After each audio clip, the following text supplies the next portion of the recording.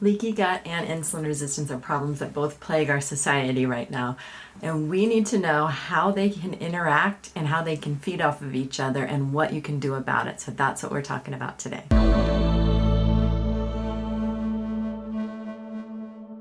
Hi, I'm Dr. Shelley Meyer and welcome to my channel. If you are here for the first time, welcome. If you're coming back, welcome back. I talk about, I'm changing the channel back to talk about hormone and gut health. We had a little hiatus where I was talking about helping female doctors, and I have a lot of podcasts and videos on that, but now I'm back to my original content, which was hormone and gut health and all things related to functional medicine. So I am a family doctor, I'm a functional medicine doctor, and I'm a registered dietitian. And I have helped hundreds, if not thousands of patients indirectly and directly through my individual practice, Highlands Health and Wellness. And now, since 2019, I've been here to help you with these topics that I like to discuss on the channel.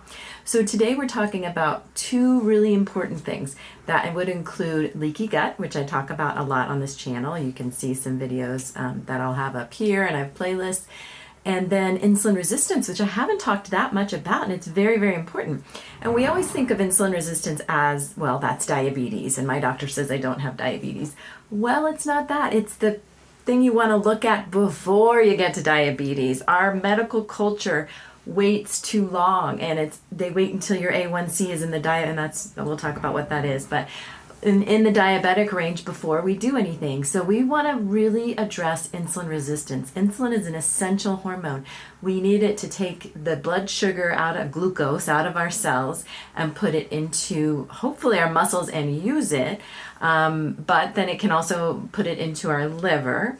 And if there's not enough room in the muscle, they're going to put it in the liver, and we don't want the sugar in our blood. So insulin's got to do that important job of getting everything where it needs to, getting blood sugar, what we use for our fuel, where it needs to go. And if there's insulin resistance, it can't do that job. So that's the importance of insulin. Now, think of it as an example, this has been used many times before, you'll see it on YouTube, the example of an overstuffed suitcase.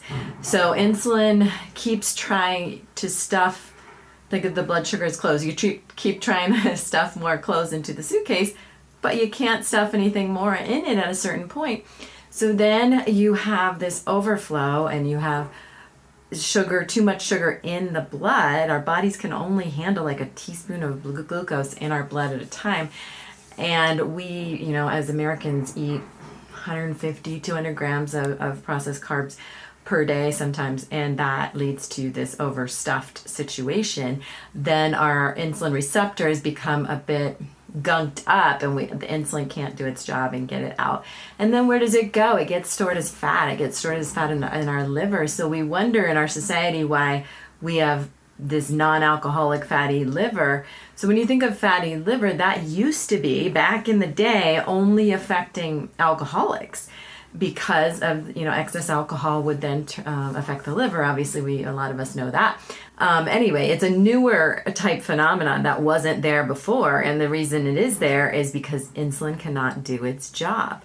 And we're becoming more insulin resistant and less insulin sensitive, and our cells need to become more insulin sensitive. If that insulin resistance persists, then it can turn into type 2 diabetes. But once we get into that hemoglobin A1C of a certain degree that meets type 2 diabetes, it's a bit too late. Your pancreas is burnt out, and we really need to intervene in this insulin resistance stage. So now let's talk about another important problem that we're talking about, both problems today, and that would be leaky gut. We also can get excess belly fat when we're insulin resistant, but we can get insulin resistance from having excess belly fat. So it's both a cause and a result, the excess belly fat. So if you find, and I'm going to talk more about signs and symptoms, but if you find you have a lot of excess belly fat, you may want to talk to your provider about checking your insulin levels. So leaky gut is the next thing we're going to talk about. And leaky gut is I've talked about this a lot on the channel. You can refer to my other videos on it. But we have, a lining in our gut, intestinal lining, and it's not supposed to be permeable. There's a certain degree of permeability, meaning a certain degree of things need to get through, but it needs to be more like this. And in leaky gut, it's like this. So everything's getting through. We're getting dietary antigens through, and what that means is those can dietary antigens, meaning like things like gluten and bigger chunks that shouldn't get through, that can cause a negative reaction of inflammation in the gut. We also are getting immune antigens that go through, so immune cells that shouldn't be going through through the intestinal lining. And then you can have this immune reaction, this inflammatory reaction. And that can negatively affect our pancreas, which is the organ that makes our enzymes, but it also makes our insulin. Does other things too, but it makes our insulin. So if our pancreas is inflamed and gunked up itself, it can't make the insulin, and then we can result with, poor insulin sensitivity, poor insulin production, high blood sugar, and then insulin resistance after that. But also high blood sugar itself, just having high blood sugar, and like I said, the body can only handle a teaspoon of glucose in the blood at once. And so it's quite often there's a phenomenon of high blood sugar because we're eating too much. And then that can lead to intestinal permeability itself, to increasing that leaky gut itself, just from having high blood sugar. And leaky gut then itself, just like the fat around the belly can make insulin resistance or can be a result of insulin resistance, leaky gut itself can be caused by high blood sugar, but can also make high blood sugar worse. And then it changes the microbiome, the balance in the gut. It can feed some of that bad bacteria and cause that bad bacteria to escalate. And that causes bloating and diarrhea, constipation, any of the above, discomfort, more inflammation, and you have more insulin resistance as well. So they've done studies, and even when blood sugar is normal, you can find that eating high sugar increases intestinal permeability, so makes leaky gut worse. So there's definitely a connection between the two, and we want to address both problems. Now stay with me here because you want to stay all the way to the end, because I'm going to give you some solutions for these problems. But if you are struggling with gut issues, you may remember that if you've been a part of my channel, been a subscriber for a while, thank you first of all. And I did have a program called Trust Your Gut, and that was a great program. I ran it. It was just too hard to run the individual coaching calls and everything in addition to my practice. So I have all the key videos, the PDFs, the resources, all the information that was in the Trust Your Gut program without the coaching calls now, but at a much more affordable price. So I have a link in the description if you want to check that out. Please do. I would love for you to join that course, because it's all about reducing that leaky gut, feeling more comfortable, being able to eat more healthy foods, not being so triggered by food, not being so bloated and gassy and diarrhea and constipation and that belly fat. Addresses all of those things and gives you a lot of good resources to really change your gut and change your life. So there'll be a link down below. So let's get back to insulin resistance first off. So what are the signs of insulin resistance? How do you know, do you have this? Well, like I said, increased belly fat can lead to insulin resistance. So it could just be that. At an advanced kind of stage, you can see some thickness on the back of the skin, on the back of the neck, and it can be like a brown color, like it's dirty, but you can't wash it off. Acanthosis nigricans is what we call that. That could be a more advanced sign. Fatigue, even a very non-specific sign. Blurry vision, if your wounds and cuts are not healing like as quickly as they used to, that can be a sign. If you're peeing a lot, urinating a lot, that can be a sign. So there's some very non-specific kind of signs. Increased thirst and hunger. That's more so when it's already advanced to diabetes, and the urination could be the same way too. But if you're seeing any of those things, just have your doctor check the following tests that I'm going to tell you to check. So, and don't worry, I have a PDF also in a link down below that has these tests and the normals. And so you don't have to write any of this down. You can just, I would like you to subscribe to the channel and then, get on my email list, and then you can get the PDF. But there's lots of other great PDFs on there too that you will have access to as well. So one thing doctors will always check is, generally, you don't have to ask them to, it's usually a part of, is your fasting blood sugar. So that's a part of your basic metabolic panel or a complete metabolic panel. I prefer people get a complete metabolic panel because you got blood sugar and liver in there. And when you have insulin resistance, you can also have liver, like I said, fatty liver, but you can also have some elevated liver enzymes. So you do want to look at that if you can. Now, That's not the only test, but that is a test that doctors will often check. And they'll usually tell you, oh, everything's fine if it's 99, in between like 70 and 99 for your fasting blood sugar. Well, I don't think everything's fine if it's in the 90s. If your fasting blood sugar is in the 90s, that's higher than it should be. We'd rather it be like 70s, 80s. We don't want it too low either, by the way. If it's below 70, there could already be some looming insulin resistance problems because insulin could be overreacting and it could be making your sugar go too low. So we want it kind of in that sweet spot when you have your fasting blood sugar done. So if you have hypoglycemia, that doesn't mean you're in the clear for getting diabetes later. So definitely if you have low blood sugar, symptoms of low blood sugar, get really hangry, you haven't eaten for a while, or even, with low or higher blood sugar, if you are really sleepy after you eat a meal or a meal with high carbohydrates, definitely get these things checked out. And then another thing doctors will often check is hemoglobin A1C. This is your average blood sugar over the last 3 months. Ideally, we want that in the, low 5s to like 5.0 to like 5.4. But when it starts to get in that 5.6 to 5.9 area, which is pre-diabetes technically, that's some pretty advanced insulin resistance at that point, and your pancreatic cells are not making insulin like they should. They're burning out. So we don't want to wait to do the A1C. Yes, it's a good way to keep track of progress. We don't want to wait till then. So check your insulin levels. That's what I want you to ask your provider to do, is check your either fasting or at least 2 hours after a meal insulin levels. And ideally, we want that fasting insulin level to be 5 or less. That's good. That's normal when you're fasting or 2 hours after a meal for it to be 5 or less.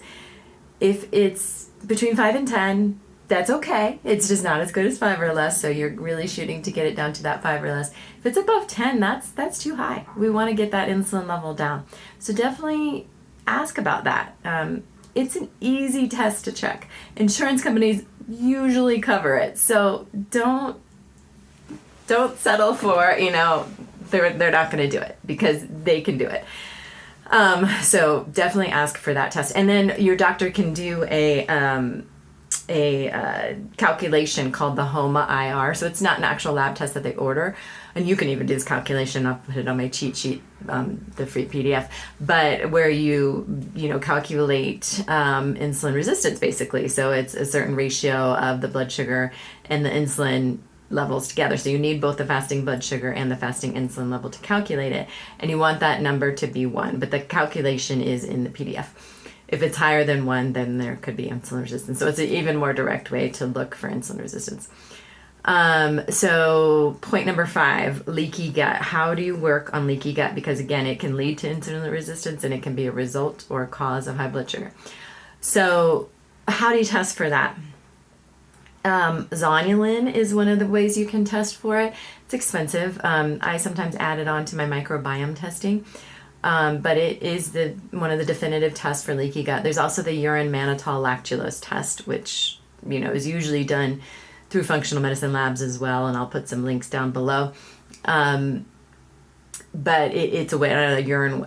You don't have to do a stool test to necessarily get your leaky gut information, and it's not as expensive as the zonulin test. And then I always want to get a microbiome test when I'm evaluating the microbiome and I'm evaluating for leaky gut.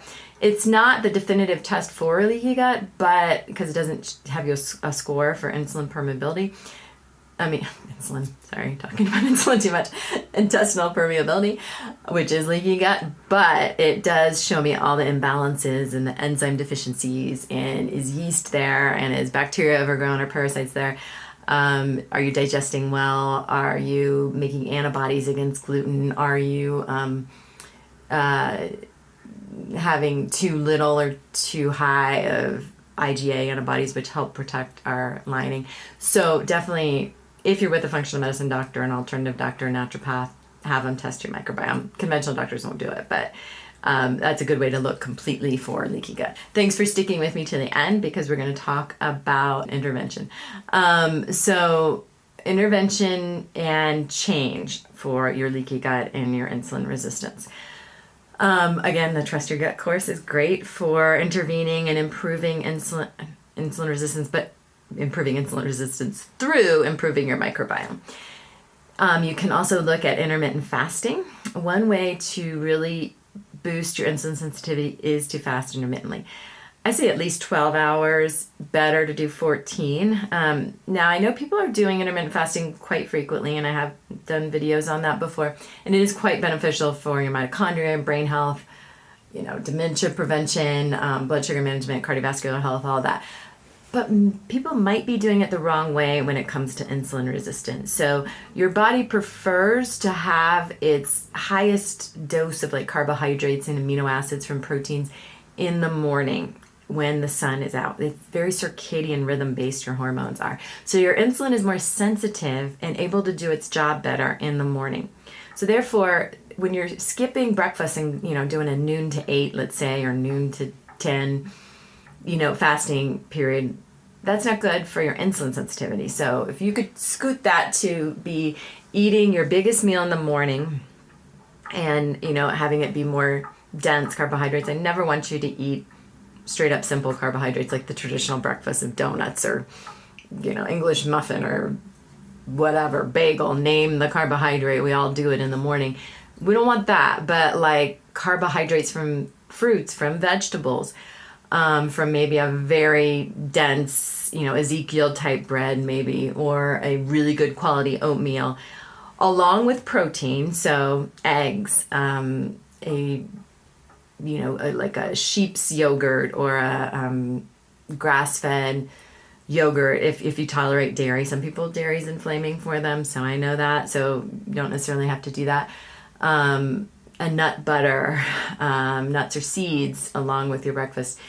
A smoothie of some sort with some protein in there. Just your highest density of, a good quality carbohydrate and your protein in the morning. And then having a more moderate meal in the midday. And then ending your eating at like 4 or 5 p.m. Hopefully not past 5, but if you need to push it a little past 5, that's okay. With the smallest meal of the day being your dinner meal. Totally different from what a lot of people are doing, but it makes sense. You're more active during the day. The sun is out. It just follows your rhythms and your what you do better to eat that way, and that improves your insulin sensitivity. When you're trying to look for a good carbohydrate, and that's very important for improving your insulin sensitivity, is to not eat sugar, to not eat added sugar, to only get your sugar from fruit, and even so, not a lot of high sugar fruits, bananas and grapes. Those have nutrients, but they are high in sugar, so keeping those to a minimum. And eating berries, even eat apples with the peels on them, oranges, just the ones that don't have quite as much of a sugar burst as the higher sugar fruits. But the way you look for a packaged food with a better effect on your insulin and your blood sugar with a lower glycemic index is to look for 1 gram of fiber for every 10 grams of carbs on the label. So you're looking at the label and it says carbohydrates, you look at the total, let's say it says 25, and then you look down below at the fiber, and if the fiber is only 2, then you don't have a 10-to-1 ratio there. It's, more like 12. But if you're looking and there's 10 grams of carbs and 1 gram of fiber, then you're good. If it's even better than that, let's say it's 10 grams of carbs and 3 grams of fiber, the closer we can get those numbers together, the lower glycemic index that food is, the more fiber, the better is the message. And I know I say that all the time, but here I go again. So that is better for your insulin sensitivity as well.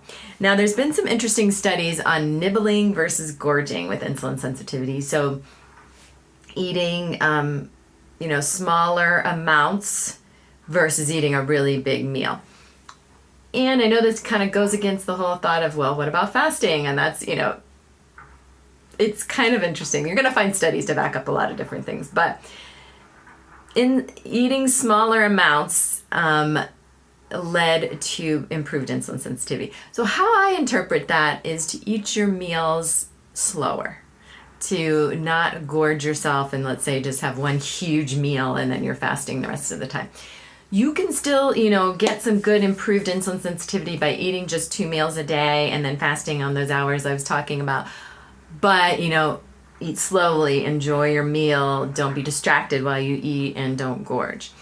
So that's another way. And then lower dairy. I know I talked about yogurt before, but like removing that excess cheese or ice cream. Ice cream is high in sugar anyway.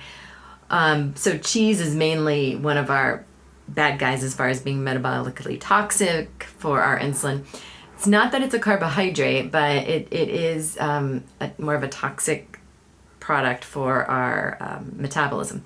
So lowering the cheese would be good, and eating more plant-based is good for your insulin sensitivity. You can still have your animal products, your animal meat, but eating a leaner meat when you eat it, and then having a couple plant-based days per week, or just being vegetarian in general, can be better for your insulin sensitivity.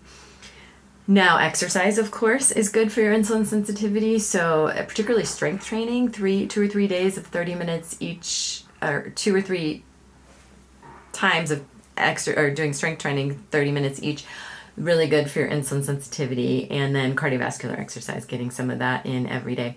What's really good for helping the insulin and blood sugar be better controlled, or insulin sensitivity be better, is to have that cardiovascular exercise after a meal. So it's not like you have to go run 5 miles after every meal, but maybe do a 10-minute walk after every meal, 5 to 10 minutes. Boosts that metabolism, helps that insulin get more sensitive. Even if you could do, like your weight training after a meal as well too, that can help. So the higher fiber, the better. The lower carbohydrate, added sugars, get them out. Read those labels. If it says added sugar, get it out. Even if it's honey, I know honey's healthy and I have a video on the benefits of honey. And it does have benefits, but make it really minimal. It's better than high fructose corn syrup. That's the worst. And anything processed fructose is the worst. But sugar itself, even from honey, is made of glucose and fructose. And that fructose is a big problem. So we want to get the fructose out of our lives as much as we can. And when we do choose fruits, we want them to be lower in sugar. And we always want to have our carbohydrates, like our fruits, with protein and fat to slow down that absorption, and as much fiber as possible. So I know I covered a lot here, and if you have any questions, please put them in the comments. If you want to learn more about the Trust Your Gut course, that is linked down below. I will have more information on insulin sensitivity and insulin resistance coming up, including a more detailed diet plan or recommendations coming up in my next video. We'll talk about some supplements with insulin resistance and insulin sensitivity, and then, more hormone and gut health topics to come. So thanks so much for joining me. Remember to like, subscribe, hit the bell to be notified when I post a new video, and we'll see you next week.